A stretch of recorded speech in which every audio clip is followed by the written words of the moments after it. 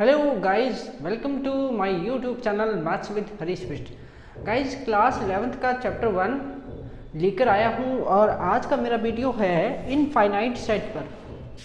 तो आज हम जानेंगे इनफाइनाइट सेट क्या होता है। तो स्टार्ट करते हैं आज का वीडियो और टॉपिक है इनफाइनाइट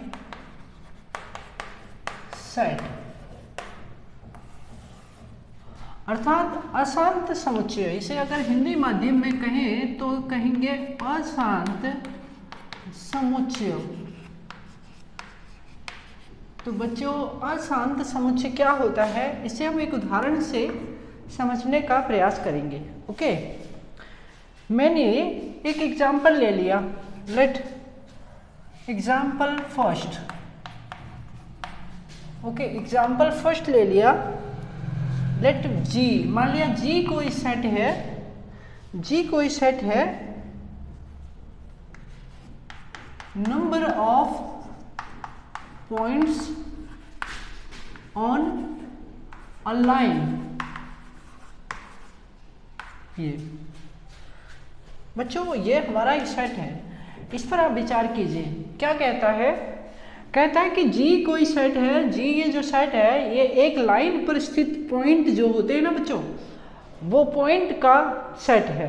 तो अब आप मुझे बताइए, अगर ये हमारा एक लाइन है, इस लाइन पर कितने पॉइंट हो सकते हैं? विचार कीजिए इस बात पर।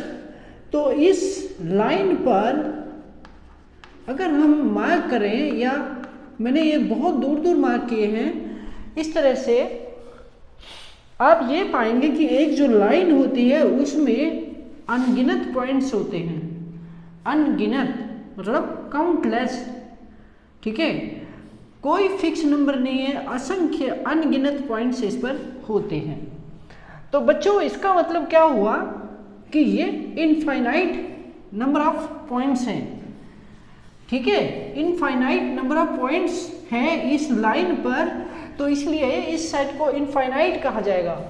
आप इसको ऐसे समझे, क्या समझे कि जिसके एलिमेंट्स की संख्या, यानी कि जिसमें नंबर ऑफ एलिमेंट्स इनफाइनाइट हो तो उसे इनफाइनाइट सेट कहेंगे, यानी कि कोई निश्चित संख्या नहीं है। ठीक है, फाइनाइट नहीं है, असंख्य एलिमेंट हैं, मेंबर हैं इस सेट के। ओके, तो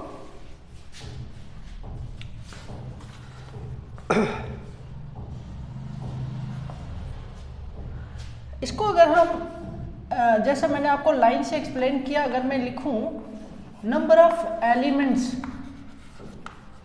तो नंबर ऑफ एलिमेंट्स कितने होंगे बच्चों? इसमें नंबर ऑफ एलिमेंट्स को हम एन जी के तौर पर जी एन के तौर पर लेते हैं। ठीक है, तो सेट जी में हमारे जो नंबर ऑफ एलिमेंट्स होंगे वो कितने होंगे? वो होंगे infinite number of elements.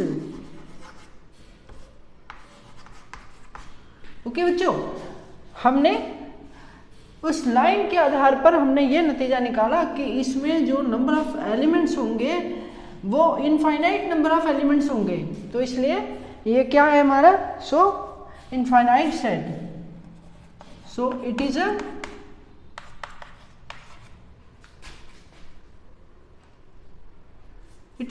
infinite set. ये जो सेट है वो इनफाइनाइट सेट है बच्चों। इस तरीके से आपको क्लियर हो गया होगा इस एग्जांपल से। चलिए कुछ और उदाहरण लेते हैं, और एक और उदाहरण लेता हूं मैं। एग्जाम्पल 2। एग्जाम्पल 2 है n कोई सेट है, और ये जो n कोई सेट है वो नेचुरल नंबर का सेट है। Natural numbers, and these are 1 2 3 4 5 6 endless. अब बच्चों, इसमें आप क्या कहेंगे? इसके एलिमेंट्स की संख्या कितनी होगी? इसके एलिमेंट्स की संख्या भी इनफाइनाइट होगी। ओके, तो अगर हम लिखना चाहें या बताना है इसमें देखें तो हमने ये पाया कि नंबर ऑफ एलिमेंट्स जो इसमें है, नंबर ऑफ एलिमेंट्स वो इनफाइनाइट है, यानी असंख्य, इनफाइनाइट नंबर ऑफ एलिमेंट्स। बच्चों क्यों? क्योंकि भाई ये नेचुरल नंबर हैं यानी काउंटिंग नंबर हैं, 1 से स्टार्ट हैं और अनंत तक जाते हैं, इसका कोई एंड नहीं है, कोई एंड नहीं है। ठीक है, नेचुरल नंबर हम सबसे बड़ा नेचुरल नंबर नहीं बता सकते क्योंकि वो एंडलेस होता है, ठीक है, इनफाइनाइट होता है। इस कारण से ये जो हमारा नेचुरल नंबर का सेट है वो इनफाइनाइट है। इसी तरह से बच्चों अगर मैं लेता हूँ इसकी जगह होल नंबर, तो होल नंबर का सेट भी इनफाइनाइट होगा। अगर मैं लेता हूँ इवन नंबर तो वो भी इनफाइनाइट होगा। अगर मैं लिखता हूँ ऑड नंबर, ठीक है, वो भी इनफाइनाइट होगा। ठीक है, अगर उसमें कोई कंडीशन नहीं है तो, जैसे अगर कहा जाए कि 2 से 10 के बीच में ऑड नंबर तो फाइनाइट है, अगर कहा जाए 1 से 100 के बीच में इनफाइनाइट, 1 से 100 के बीच में इवन नंबर वो भी फाइनाइट सेट है। ओके, तो ये हो गया हमारा, तो हम यहाँ पे डिसीजन लिख सकते हैं, सो इट इज इनफाइनाइट। इस तरह से ये एग्जाम्पल इनफाइनाइट को स्पष्ट करता है। ओके, अब हम ले सकते हैं, अगर हम इसकी एक डेफिनेशन लेना चाहें तो क्या कहेंगे? A set which consist, a set which consist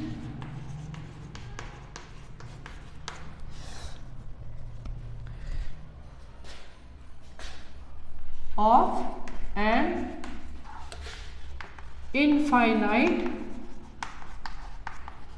number of elements। Okay बच्चों,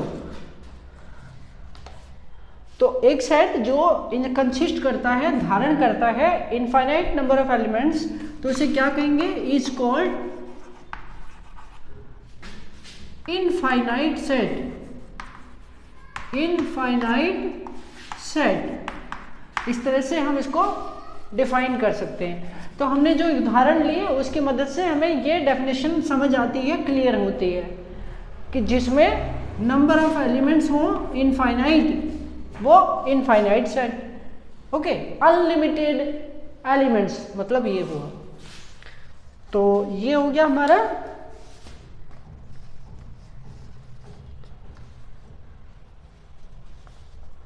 ओके। एक बात और बताना चाहूंगा मैं इनफाइनाइट सेट के बारे में। ओके,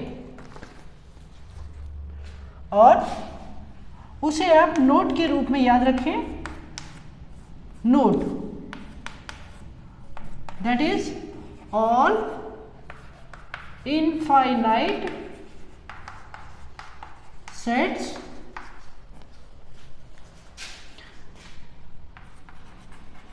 cannot be described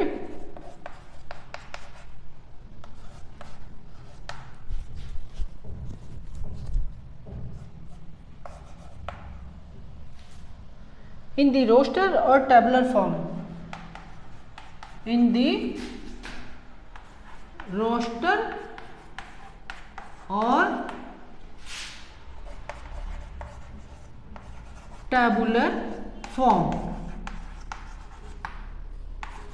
बच्चों इस बात को याद रखिए, क्या मतलब कि इनफाइनाइट सेट्स को डिस्क्राइब नहीं कर सकते किस फॉर्म में? रोस्टर फॉर्म या टैबुलर फॉर्म में डिस्क्राइब नहीं कर सकते। ओके, सेट बिल्डर फॉर्म में डिस्क्राइब किया जा सकता है। ओके, तो इस बात को आप ध्यान रखिएगा, कोई भी इनफाइनाइट सेट होगा तो उसे टैबुलर फॉर्म या रोस्टर फॉर्म में डिस्क्राइब नहीं कर सकते, इस बात को आप नोट कर लीजिएगा। अच्छा, कारण जानते हैं, कारण कि ऐसा क्यों है? इसके लिए मैं डेफिनेशन को रिमूव करता हूं और आपको रीजन बताता हूं। ओके, तो इसका रीजन क्या है?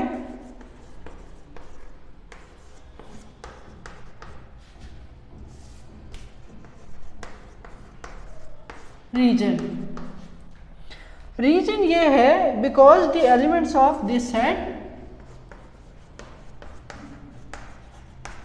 because the elements of this set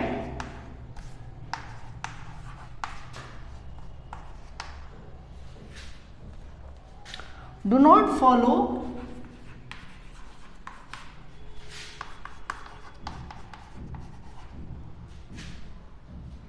any particular pattern,